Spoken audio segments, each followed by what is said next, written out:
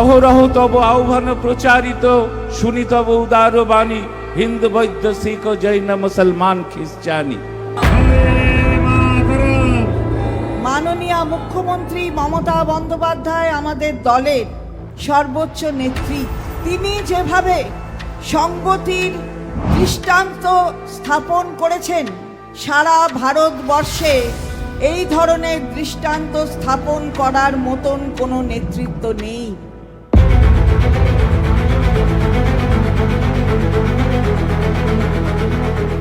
আজকে দিদি যখন বার্তা দিচ্ছে, বলছে এটা কাজী নজরুলের মাটি, এটা রবীন্দ্রনাথ ঠাকুরের পবিত্র মাটি, এইটা সেন্ট টেরিজার পবিত্র মাটি। সেন্ট টেরিজা এই মাটিতেই মানবিকতার নিদর্শন রেখেছেন। পিস উইথ আ স্মাইল এর কথা তিনি বলেছেন।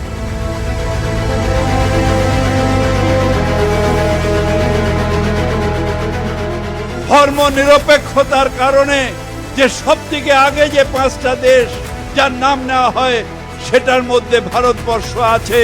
তার কারণ ভারতবর্ষের ঐক্যই ভারতবর্ষের শক্তি।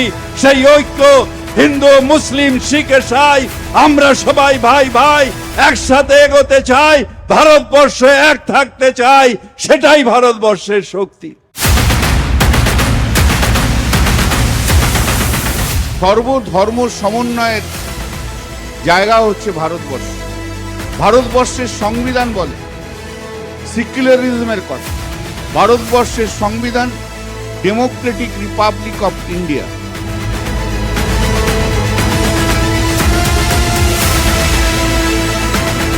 কাজী নজরুল ইসলাম বলেছিলেন, হিন্দু না ওরা মুসলিম, ওই জিজ্ঞাসে কোনজন, কান্ডারি বলো ডুবিছে মানুষ, সন্তান মোর মা।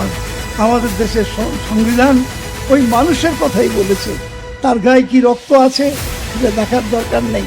যারা এই দেশটা চালাচ্ছেন, যারা এই দেশের স্বাধীনতায় প্রাণ দিয়েছেন, তারা সকলেই এই দেশের মানুষ। তাদের জন্যই সংবিধান তৈরি হয়েছে। অনেক বড় বড় কথা বলছে বিজেপি, যে লড়কে লেঙ্গে বাঙ্গাল। তাদের বলবো যে আগে দিল্লি সামলা, পরে ভাববি বাংলা। বড় বড় কথা বলে ভাওতা দিয়ে বাংলার মানুষের মন জয় করা যায় না। তাই বন্ধু, লড়াইটাকে এগিয়ে নিয়ে যেতে হবে।